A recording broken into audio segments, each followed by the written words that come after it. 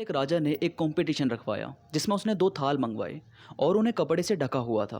अब एक थाल में था चूना और दूसरे थाल में था बस एक बड़ा सा पत्थर। कंपटीशन ये था कि दो बंदे होंगे, उनमें से एक को कोई भी एक थाल चूज करना है और उस थाल में जिसे जो चीज़ मिलेगी उसी से कोई मूर्ति बनाकर दिखानी है और फिर वो शख्स जीत जाएगा और उसको अच्छा खासा इनाम मिलेगा। फिर दो मूर्तिकार आए, राजा ने उनके आगे दो थाल करवाए और उनमें से एक को एक थाल चूज करने को कहा। अब इसमें एक इंसान था, एक मूर्तिकार था जो बोल नहीं सकता था। तो जब दूसरे मूर्तिकार ने थाल चूज किया तो उसके हाथ में आया चूना। अब जाहिर है चूने की मूर्ति तो वो आसानी से बना लेता और जो गूंगा था उसे मिला पत्थर। फिर राजा ने कहा कि आप दोनों इससे मूर्ति बनाकर दिखाइए और जिसकी मूर्ति जितनी अच्छी हुई और आपने उसकी खूबियां बताई और मुझे अगर वो खूबी पसंद आई, साथ साथ जनता का दिल भी आपने जीता, तो आप वाकई में विजयी माने जाएंगे। फिर भाई दोनों ने मूर्ति बनाना स्टार्ट किया। चूने वाला पूरी तरह खुश होकर मेहनत करने लगा मूर्ति बनाने में, क्योंकि उसे पता था मैं मूर्ति बनाऊंगा और राजा को इसकी खूबी बताऊंगा। अब क्योंकि दूसरा मूर्तिकार तो गूंगा था तो वो क्या ही बोलेगा, इसलिए मैं खुद ये पारी जीत जाऊंगा। और उधर वो गूंगा भी पत्थर को घिस घिस कर मूर्ति के आकार में बदलने लगा। कुछ देर में दोनों की मूर्ति बनकर तैयार हुई। राजा ने पहले चूने वाले मूर्तिकार से पूछा, बताओ अपने मूर्ति के बारे में बताओ। तो चूने वाले ने बड़े अच्छे से अपनी मूर्ति के बारे में बताया कि ये ऐसी मूर्ति है जो आपको कहीं नहीं मिल सकती। इस मूर्ति को बनाने में लोग महीनों तक मेहनत करते हैं। मतलब ऐसा वैसा करके उसने काफ़ी बातें बोली और फिर पूरी प्रजा ने और राजा ने खुद भी तालियां बजाई। और फिर गूंगे मूर्तिकार से कहा कि अब तुम बताओ। तो दूसरा मूर्तिकार बोला कि महाराज ये बोल नहीं सकता। फिर राजा ने उसकी तरफ देखा तो वो गूंगा राजा के आगे हाथ जोड़कर दूसरे मूर्तिकार के पास गया और उसकी चूने वाली मूर्ति उठाकर ज़मीन पर फेंक दी और वो मूर्ति टूटकर चूर चूर हो गई। राजा को इस बात पर बहुत ज़्यादा गुस्सा आया और फिर वो गूंगा मूर्तिकार तुरंत अपनी मूर्ति के पास आया और अपनी पत्थर वाली मूर्ति को उठाकर ठीक वैसे ही फेंक दिया जैसे उसकी चूने वाली मूर्ति फेंकी थी। मगर वो मूर्ति मजबूत पत्थर से बने होने की वजह से टूटी ही नहीं।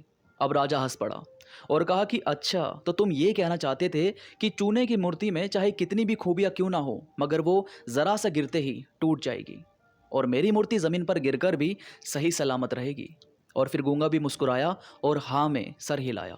राजा उसकी बात से बड़ा खुश हुआ और उसे ही इस मुकाबले का विजयी माना गया। तो दोस्तों देखो, बात ऐसी है कि हमें अपने आप को कभी भी बहुत ज़्यादा कम आंकने की कोशिश नहीं करनी चाहिए।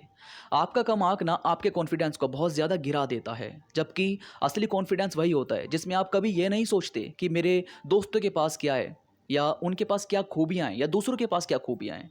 आप देखते हो सिर्फ खुद को कि मेरे पास क्या है, मेरे पास जो चीज़ें हैं मैं उनसे क्या कर सकता हूँ, और अगर मुझे कुछ पाना है जो दूसरे के पास है तो मुझे किस तरह से मेहनत करनी चाहिए। और दोस्तों असली कॉन्फिडेंस कभी दूसरे को जज करने के लिए आपको आगे नहीं बढ़ाता, बल्कि जब आप रियल में कॉन्फिडेंट हो जाते हो तो आप में दूसरों को जज करने की जो भावना होती है वही खत्म हो जाती है। बल्कि फिर आप एक महान इंसान की तरह सोचने लगते हो कि अगर उसने ऐसा कुछ किया है तो ज़रूर उसके पीछे कुछ रीज़न होगा, वरना यूं ही कोई थोड़ी ना कुछ करेगा। यानी कॉन्फिडेंस आपको कभी भी परेशान नहीं रहने देता, क्योंकि अब आप में ये बात आ गई है, अरे मैं हूं ना, मैं संभाल लूंगा, मैं देख लूंगा सब कुछ, कोई ना कोई रास्ता निकल जाएगा। इसके बाद किसी भी तरह की जिम्मेदारी लेने से घबराओ मत। जिम्मेदारी उठाना बहुत ज़रूरी है। जिम्मेदारी आपको एहसास दिलवाती है कि आप में कितना दम है, कितना कुछ आप कर सकते हो।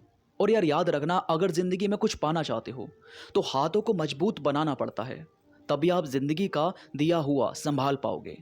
अगर आपके हाथ ही मजबूत नहीं है, आप में जिम्मेदारी लेने की काबिलियत नहीं है, तो जितना मिलेगा वो अपने आप आपके हाथों से छूटता जाएगा।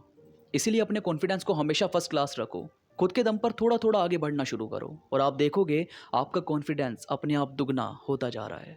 तो दोस्तों उम्मीद करता हूँ आपको आज की बातें पसंद आई होगी। आज की वीडियो से कुछ नया, कुछ अच्छा आपको सीखने को मिला होगा। वीडियो में कोई भी बात आपको पसंद आई हो तो प्लीज़ लाइक करो और कमेंट्स में मुझे ज़रूर बताओ कि आपको ये बातें